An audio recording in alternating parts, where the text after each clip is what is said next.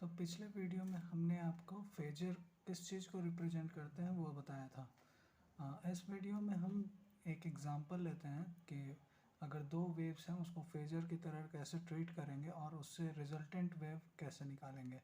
तो मान लीजिए हमारे पास दो वेव्स हैं, एक है y1 इक्वल टू 20, कोई भी एक साइन वेव ले लेते हैं, साइन ओमेगा टी, और दूसरा वेव हम मान लेते हैं 20 sign omega T plus pi by 3 in 60 degree. तो अगर हमको इसका रिजल्टेंट सुपर इम्पोज कराना है, रिजल्टेंट वेव लिखना है, तो हमें पता है इसका रिजल्टेंट वेव भी एक साइनसॉइडल वेव ही होगा और इसका रिजल्टेंट एम्पलीट्यूड का रिजल्टेंट कुछ आएगा और ये वेव बनेगा साइन का ओमेगा टी प्लस समथिंग, कोई फेज होगा बीटा, तो वो बीटा मान लेते हैं। और हमें पता क्या करना है, तो ए रिजल्टेंट पता करना पड़ेगा, फिर बीटा पता करना पड़ेगा। अगर वाई रिजल्टेंट हम ऐसे वाई रिजल्टेंट हम ऐसे भी बना सकते हैं, वाई रिजल्टेंट को हम y1 प्लस y2 से हम सॉल्व कर सकते हैं, लेकिन इसमें क्या होगा ना कि इसमें ट्रिगोनोमेट्री यूज करना पड़ जाएगा। लेकिन अगर हम फेजर डायग्राम का यूज करें तो हमें ट्रिगोनोमेट्री यूज करने की ज़रूरत नहीं पड़ेगी। तो जैसे ये पहला इक्वेशन है, इसको फेजर के तौर पे अगर बनाएं तो देखिए कैसे बनाएंगे। ये वाई एक्सिस ले लिया और उसके बाद फेजर को हमेशा एक ओरिजिन पर उसका टेल रखते हैं और उसके बाद उसको एक वेक्टर की तरह ट्रीट करते हैं और उसको इस डायरेक्शन में घुमाते हैं। ठीक है, टाइम के साथ इस डायरेक्शन में घूमेगा एंटी क्लॉकवाइज। तो पहला जो है उसका वेक्टर का जो एम्पलीट्यूड है वो 20, तो एम्पलीट्यूड 20 होना चाहिए और ओमेगा टी, थीटा की जगह पर ओमेगा टी है। अगर थीटा 0 होता तो वेक्टर यहाँ पे होता, लेकिन वो थीटा 0 नहीं है, वो ओमेगा टी है, तो कहीं यहाँ पे होगा। तो ये रेफरेंस लाइन हो गया हमारा, यहाँ से फेज या फिर एंगल ऊपर की तरफ है कितना, ओमेगा इंटू टी, और ये जो वैल्यू है ये कितना है 20। वैसे ही जो दूसरा वेव होगा y2, उसका भी एम्पलीट्यूड 20 ही है, बट वो omega T plus pi by 3, मतलब ओमेगा टी से भी पाई बाई 3 यानी 60 डिग्री और ऊपर है। तो और ऊपर है मतलब कहीं यहाँ पे होगा, और इन दोनों के बीच कितने का एंगल का डिफरेंस होगा, 60 डिग्री का। ठीक है, तो जो दूसरा है वो है ओमेगा टी प्लस 60 डिग्री। तो ये y2 है और ये y1 है। एक्चुअली में y1 और y2 हमें पता है कि ये डिस्प्लेसमेंट बताता है ना वेव का। जैसे अगर ये वेव है, ये वेव है, तो वेव के पार्टिकल का डिस्प्लेसमेंट, जैसे मान लीजिए कि ये पार्टिकल जो है कहाँ पे, तो ये ओसिलेट करेगा ना, ऊपर नीचे ओसिलेट करेगा, और इसी को तो y1 कहते हैं, y1 या फिर y2। ठीक है, तो ये डिस्प्लेसमेंट बता रहा है y1 और y2। और यहाँ पे डिस्प्लेसमेंट कौन बताएगा इस फेजर डायग्राम में, y1 जो डिस्प्लेसमेंट है ना, वो हमने कहा था कि फेजर जो है उस पे इस तरफ से अगर आप प्रोजेक्शन देते हो, मतलब इधर एक टॉर्च जलाइए इस तरफ से, तो क्या होगा कि y1 जो छाया क्रिएट करेगा किस पे, y एक्सिस पे, तो इतना दूर, यही क्या कहलाएगा, y1 कहलाएगा। और उसके बाद अगर y2, अगर हमें पता करना है कि y2 कितना होगा किसी टाइम पे, तो इधर से टॉर्च जलाया, तो जो y2 जो है, y2 का छाया कहाँ पड़ेगा, y एक्सिस पे, तो यहाँ से लेकर के यहाँ तक ये कितना होगा, y2 होगा। ठीक है, तो हमको y1 और y2 पता है। और अगर हम ये निकालना चाहें कि रिजल्टेंट, ए रिजल्टेंट कितना होगा, तो हम सिंपली क्या करते हैं, ये पहला हो गया, ये पहला वेक्टर इसको मान लिया जिसका मैग्नीट्यूड है 20, और जो दूसरा है वो इस पे 60 डिग्री का एंगल है, तो इसको दूसरे को, ये y2 को उठाया हमने, यहाँ से उठाते हैं और इसके हेड पे रख देते हैं, तो कैसा बन जाएगा, ये कुछ ऐसा बन जाएगा। ठीक है, और इसको अगर आगे बढ़ाएंगे तो ये एंगल कितना बनेगा, 60 डिग्री का एंगल बनेगा। ठीक है, और ये इसका भी वैल्यू कितना है, तो इसका भी वैल्यू है 20। तो अब एक वेक्टर ये है, दूसरा वेक्टर ये है, और रिजल्टेंट वेक्टर आप पता है कैसे निकालते हैं, तो ये ट्रायंगल रूल का यूज करके आप यहाँ से इसको ऐसे कर दीजिए, और यही जो होगा इसको बोलेंगे रिजल्टेंट वेक्टर। इसका मैग्नीट्यूड कितना होगा, तो ए रिजल्टेंट बोल सकते हैं इसको, ये यहाँ से यहाँ तक ए रिजल्टेंट। और इसका वाई रिजल्टेंट कितना होगा, तो वाई रिजल्टेंट फिर से यहाँ से टॉर्च जलाइए, इसका प्रोजेक्शन देखिए, तो यहाँ से लेकर के यहाँ तक, मतलब यहाँ से लेकर के यहाँ तक वाई रिजल्टेंट आएगा। ठीक है, और वाई रिजल्टेंट हमको अगर पता करना है तो ये फार्मूला लिखना पड़ेगा। उसके लिए हमको क्या चाहिए, ए रिजल्टेंट। तो ए रिजल्टेंट जब हम वेक्टर यूज कर रहे हैं, वेक्टर की तरह ट्रीट कर रहे हैं, तो ए रिजल्टेंट का फार्मूला क्या होगा, ये होगा, डायरेक्टली हम लिख सकते हैं पैरेललोग्राम लॉ से, ये पहले का स्क्वायर, पहले के एम्पलीट्यूड का स्क्वायर मतलब 20 का स्क्वायर, प्लस दूसरे के एम्पलीट्यूड का स्क्वायर 20 स्क्वायर, प्लस 20 इंटू फिर से इधर 20 और फिर कॉस, और दोनों के बीच में एंगल कितना है, तो एंगल कितना है 60 डिग्री ना, दोनों के बीच में 60 डिग्री का एंगल है, तो ऐसा हो जाएगा। ओके, तो यहाँ से आएगा हमारे पास कितना, cos 61/2, ये ख़त्म हो जाएगा 20 स्क्वायर मतलब 20√3। ओके, तो एम्पलीट्यूड हमको मिल गया। और अब हमको ये निकालना है कि बीटा कितना होगा, तो बीटा जो होता है वो यहाँ से आप देख सकते हो, ये बीटा है।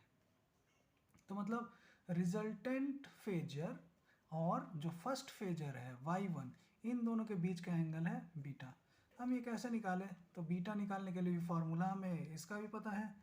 एक फार्मूला होता है वेक्टर से, tan beta equal to b sine theta divided by a plus b cos theta. ये फॉर्मूला आपको याद होगा, वेक्टर में हमने पढ़ा था।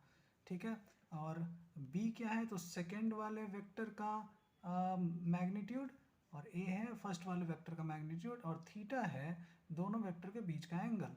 तो हम यही चीज़ यहाँ पे लगाते हैं, तो tan बीटा इक्वल टू हमारे पास यहाँ हो जाएगा कितना, तो b मतलब सेकंड का भी जो मैग्नीट्यूड है, एम्पलीट्यूड है, वो 20 है। cos थीटा मतलब cos 60 का मान 1/2, साइन 60 है ना, तो साइन 60 मीन्स √3/2। ठीक है, एंड ए का वैल्यू हो गया कितना 20, प्लस फिर ये कितना b cos 60 मतलब मीन्स 20 1/2 इंटू 1/2। ठीक है, तो इस तरीके से हम ये बीटा का भी वैल्यू निकाल सकते हैं। और ये कितना आएगा, तो 20 √3 20 इंटू √3/2 डिवाइडेड बाई,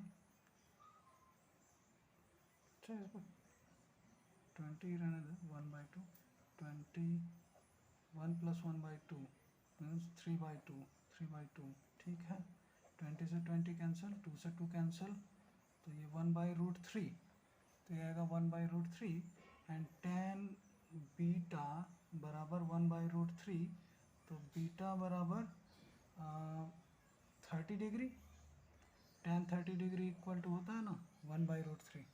ठीक है, तो बीटा आ गया 30 डिग्री। तो यहाँ पे हम इसको पुट कर लेते हैं, तो वाई रिजल्टेंट हमारे पास आ गया कितना, Y resultant equal to A resultant यानी 20√3 into sine omega T plus 30 degree. ठीक है, तो इससे क्या क्या पता चल गया हमको, एक चीज़ यहाँ पे ये भी पता चल रहा है कि ये कंस्ट्रक्टिव इंटरफेरेंस हो रहा है दोनों में। क्यों कह सकते हैं ऐसा, क्योंकि इंडिविजुअली दोनों का जो एम्पलीट्यूड है वो 20 है, बट इंटरफेरेंस के बाद इसका एम्पलीट्यूड बढ़ गया, इसका मतलब कंस्ट्रक्टिव इंटरफेरेंस हो रहा था। दूसरा, जो रिजल्टेंट जो फेजर है, रिजल्टेंट जो वेव है, वो पहले वेव से आगे चल रहा है। ठीक है, पहले वेव से आगे चल रहा है। क्यों, आप फेजर डायग्राम देखो, तो फेजर डायग्राम कैसे चलता है, एंटी क्लॉकवाइज चलता है। तो दोनों में देखिए, पहले ये ऊपर है ना, ये वाला जो है ऊपर है इससे फर्स्ट से, तो ये पहले चलेगा, उसके पीछे पीछे पहला वाला आएगा। ठीक है, तो रिजल्टेंट आगे चलेगा, लीड करेगा, और जो पहला वाला है वो पीछे पीछे उसके उसके पीछे पीछे आएगा। इसमें देखोगे तो कौन आगे चल रहा है कौन पीछे चल रहा है, तो जो दूसरा वेव हो वो आगे चल रहा है और पहला वेव हमेशा पीछे पीछे लगा रहेगा। ठीक है, तो ये हो गया पहला क्वेश्चन। इसी तरीके से हम एक और दूसरा क्वेश्चन भी अगर बना दूसरा एग्जांपल लें। मान लीजिए y इक्वल टू है साइन 30 साइन ओमेगा टी और y2 इक्वल टू हमने लिया, चलो इस बार एम्पलीट्यूड बदल देते हैं, 40 कॉस ओमेगा टी ऐसा ले लिया हमने। ठीक है, और हमको यही पता करना है कि y1 प्लस y2 मतलब y रिजल्टेंट कितना होगा। तो y रिजल्टेंट होगा something a resultant into sine omega T plus beta. ठीक, हमको ये दोनों निकालना पड़ेगा। ट्रिगोनोमेट्री हम यूज कर सकते हैं लेकिन थोड़ा थोड़ा लेंदी होगा क्योंकि इसमें फार्मूला लगेगा। ठीक है, हम इसको फेजर से बनाते हैं। तो पहला जो ये वेव है इसका एम्पलीट्यूड है 30 और ये ओमेगा टी एंगल ऊपर रहेगा क्योंकि एंगल हमेशा पॉजिटिव डायरेक्शन मतलब एंटी क्लॉकवाइज ही लेते हैं। तो अगर ज़ीरो होता तो ऐसे, यहाँ पे ज़ीरो नहीं है तो कितना है ओमेगा टी, तो ये हो गया कितना ओमेगा टी। ठीक है, और इसका एम्पलीट्यूड कितना है 30 है। दूसरा 40 है उसका एम्पलीट्यूड और ये कॉस ओमेगा टी है, तो दोनों में कंपैरिजन नहीं हो सकता ऐसे। पहले इसको बदल देते हैं, तो इसको हम ऐसे लिख सकते हैं 40 sign omega T plus pi by 2। ठीक है, ऐसा लिख सकते हैं। तो अब इससे ये पता चल रहा है कि जो दूसरा वेव है वो omega T plus pi by 2 है, मतलब 90 डिग्री और ऊपर है। तो 90 डिग्री ऊपर है तो ये कहीं इधर चला जाएगा और इसका जो एम्पलीट्यूड होगा वो भी ज़्यादा होगा, लेकिन इन दोनों के बीच एंगल कितना होगा 90 डिग्री, क्योंकि 90 डिग्री आगे चल रहा है। तो इसमें तो ये डायरेक्टली पता चल गया कि जो y2 है, y2 वाला जो है और ये y1 है, तो y2 हमेशा आगे चलेगा और y1 उसके पीछे पीछे चलेगा। जब भी चलेगा तो दोनों ऐसे साथ में चलेगा, जस्ट एक ऐसे है और दूसरा दूसरा ऐसे है इस तरीके से, तो ये घूमेगा तो ऐसे घूमता है। ठीक है, ऐसा नहीं होगा कि एक टाइम पे ये यहीं रहेगा ये ऐसे ऐसे आ जाएगा, ऐसा नहीं होगा।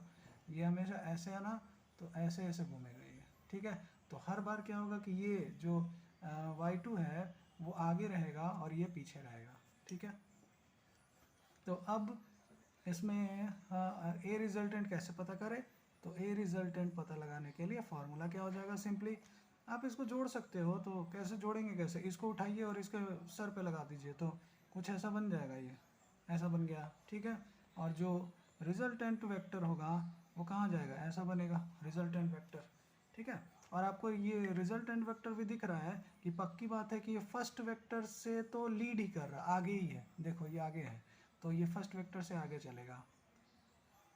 ठीक है, और कितना होगा इसका मैग्नीट्यूड, तो ये है 30 का स्क्वायर प्लस 40 का स्क्वायर प्लस, और इसमें आएगा कॉस 90, तो कॉस 90 तो जीरो होता है, तो ये कितना हो गया 400 और 900 नहीं 1600 और 900 2500, 2500 मतलब 50। ठीक है, तो 50 हो गया इसका एम्पलीट्यूड।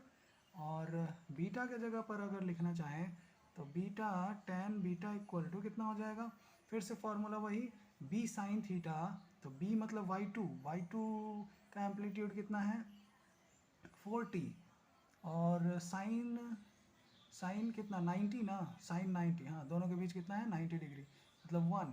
ठीक, और divided by 1 plus B cos theta, तो कॉस 90 ज़ीरो, तो कितना 1 प्लस नहीं सॉरी यहाँ पे 1 प्लस लिख दिया क्या, पीछे भी लिखा था क्या 1 प्लस तो नहीं होता है इक्वेशन, हाँ नहीं 1 प्लस नहीं, ये ए प्लस बी कॉस थीटा, तो ए कितना है, ए है 30। ठीक है, तो ये 30 है, तो इतना हो गया।